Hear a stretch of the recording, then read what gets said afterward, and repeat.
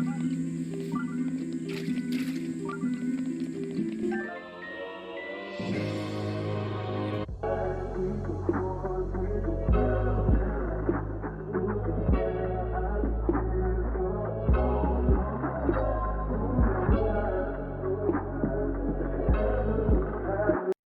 what's up everybody, welcome back to LSG. So originally this was supposed to be a video game playthrough video, as you can see the game footage on screen, but I was having some audio playback issues and I didn't feel like restarting the game just to re-record that footage. So instead I decided to do a voiceover and turn this into a how-to video. So just like you see in the title, I'm going to be showing everybody how to get the Master Sword with only 3 hearts. Now technically you could do this with any amount of hearts, but if you got more than 13, it'll kind of defeat the purpose because you can just get the sword normally, but that's up to you. Anyway, let's get straight into it. So there's 3 main things you're gonna do in order for this to work. 1, you're gonna need to get a horse. 2, you're gonna need to use the camera room. And 3, you're gonna need to activate the Miyam Agana shrine that's located in Hateno village. If you already completed that shrine, it's okay, you didn't mess it up, it's still gonna work. If you haven't completed that shrine already, you don't need to complete it, you simply need to activate it so you can fast travel there later on in the tutorial. If you already done all 3 of these things, then you can skip ahead to this time on the screen to save some time.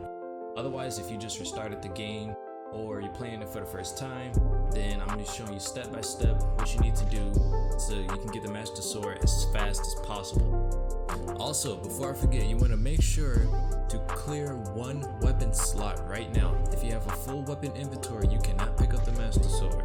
So don't try to go pick it up with a full weapon inventory. It's going to hit you with that you can't carry any more weapons and you're going to feel real salty. So make sure you drop a weapon right now. Okay, so if you just restarted the game or you're playing the game for the first time, I want you to solely focus on story completion. Play through all the Great Plateau events and go to the point where you unlock the paraglider. Once you unlock the paraglider, instead of heading to the next story mission, however, you want to instead go up a bit north of Hyrule Castle and you want to unlock the Woodland Tower that I'm showing you on screen right now. Activate that tower, and then you want to also go a bit down the road to this shrine here and activate the riCHi shrine, as well as just pass through the stable to register it on the map so that you can utilize these a bit later on in the tutorial. After you've done that, teleport back to the Great Plateau Tower and then make your way to the next story point mission. Once you've made your way to Kakariko village, you can either talk to Impa first and then get a horse, or you can get a horse first then talk to Impa. It's up to you. But either way, once you're ready to get the horse, as I've shown on screen here, I'm in the back area of Kakariko village where this field is. And if you look out in the distance, there will be wild horses as well as about 2 horses with bokoblins riding on them. If you want to get a wild horse, it'll be best if you have ice arrows so that you can shoot the horse with an ice arrow and then get near the back end of the horse and button mash A until it unfreezes. And as soon as you hop on the horse, button mash L until you tame it. Or if you can manage to glide off a cliff and land on it and try to tame it that way.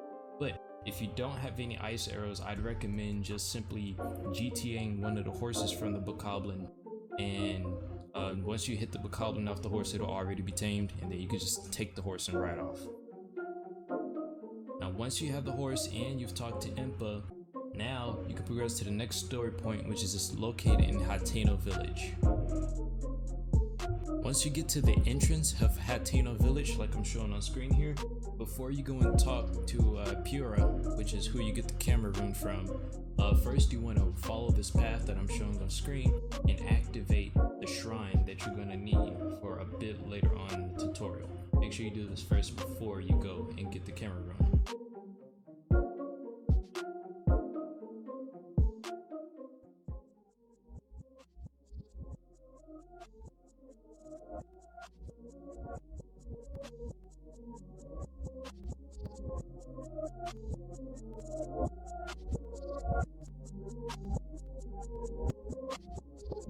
Hey, so my apologies, I didn't realize I wasn't recording on this part, but basically you can save some time by by going down here to where this blue fire thing is, and you just want to have a wooden weapon on you. If you don't, you can just chop down a tree and get a tree stick and just light all the lanterns with the blue flame that goes through the village, and then heading back up to the lab and light the furnace outside of her lab before talking to her, and you'll save a bit of time there. And then after talking to her and she gives you the camera rune, now you're finally ready to actually get the Master Sword. Alright, now that you're finally ready to get the sword, what you want to do is hop back on your horse and then just follow the path that I'm taking on screen. I'm going to speed it up here. So basically you just want to head to the Dueling Peak stable and then teleport back to the riChi's shrine that you activated earlier. That's next to the Woodland Tower. So you can head to the Lost Woods.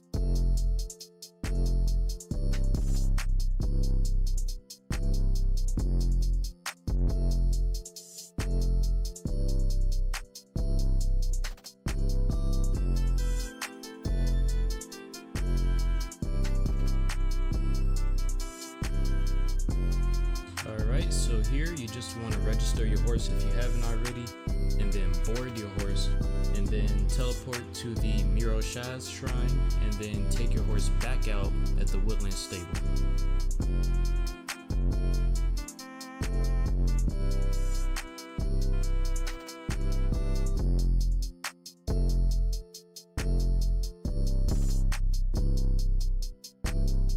Alright, once you're here, you just want to follow the path I'm about to take on screen, so you'll end up at the Lost Woods entrance.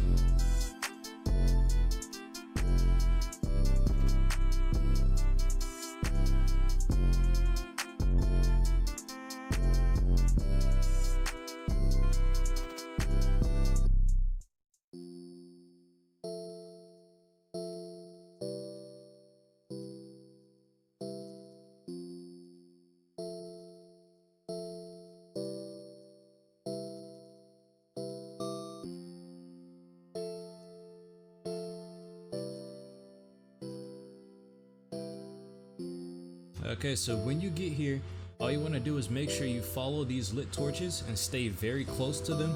If you go too far out the path into the fog, it'll teleport you back to the entrance. If that does happen to you, don't worry, you'll still have your horse. But overall, you want to make sure you stay close to the lit torches so that doesn't happen.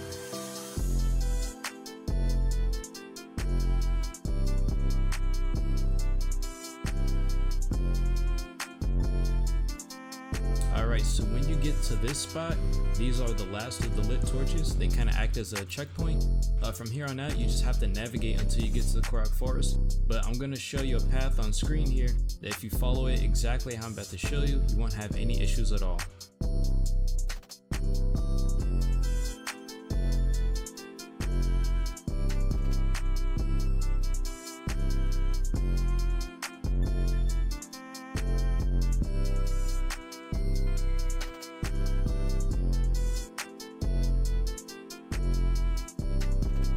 Once you see this wall here, and then you just go through this little valley, that's how you know you did it right. And you're about to end up at the entrance to Korok Forest, where the Master Sword is. Now, you wanna, when you get around the point where I am on screen right here, you wanna slow down. You don't wanna get too close to the Master Sword and trigger the cutscene. Once you go far enough, and then the words Korok Forest pop up at the top of the screen, that's where you want to stop. Also, this is your last chance to make sure you free up one weapon slot. If you don't free a weapon slot, you will not be able to pick up the Master Sword. Alright, so next what you want to do is save while on top of the horse. This is important. You want to save on top of the horse. And then after you save your game, what you want to do is teleport back to the Also, make sure you don't overwrite the save. You need that save. It's important. You're gonna get an autosave file, but you don't need that. You need the manual one. After you save on top of the horse, what you want to do is fast travel back to the Miam Agana Shrine in Hateno Village that you activated earlier, and you want to go inside the shrine.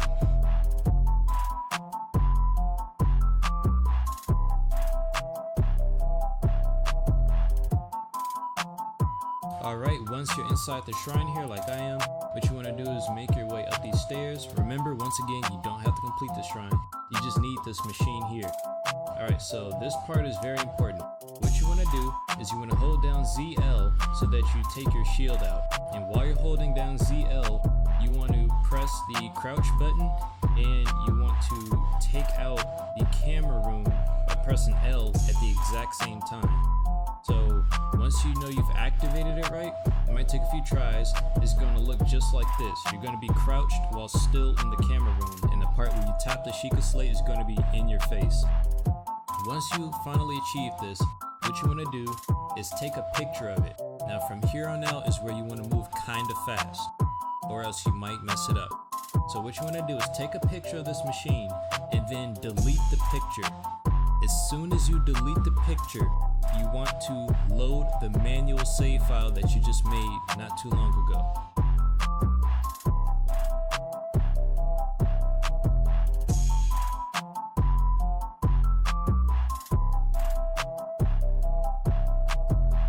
Alright, once you're loaded back into game, you want to immediately open up your map, and you want to teleport to the Great Plateau Tower.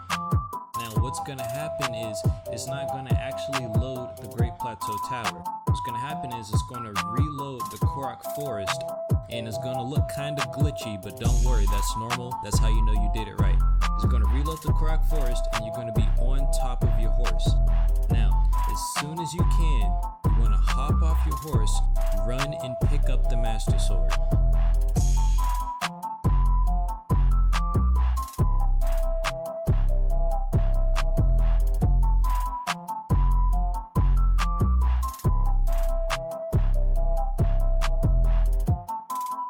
Bam, just like that, you got your Master Sword with under 13 hearts. Now I just want to take a moment to credit the source of how I learned this trick. There's a YouTuber named Limcube. He does a lot of like speedrun videos. His video goes a lot more into depth as far as to how this trick actually works and what allows this to be possible. If you want to check out his video, I'll have a link to it down in the description below. But otherwise, if you like this video, it would really help if you like it, hit the notification bell, and subscribe, as well as follow me on Instagram so you can keep up to date with my future videos. And I will see you in the next one. Peace.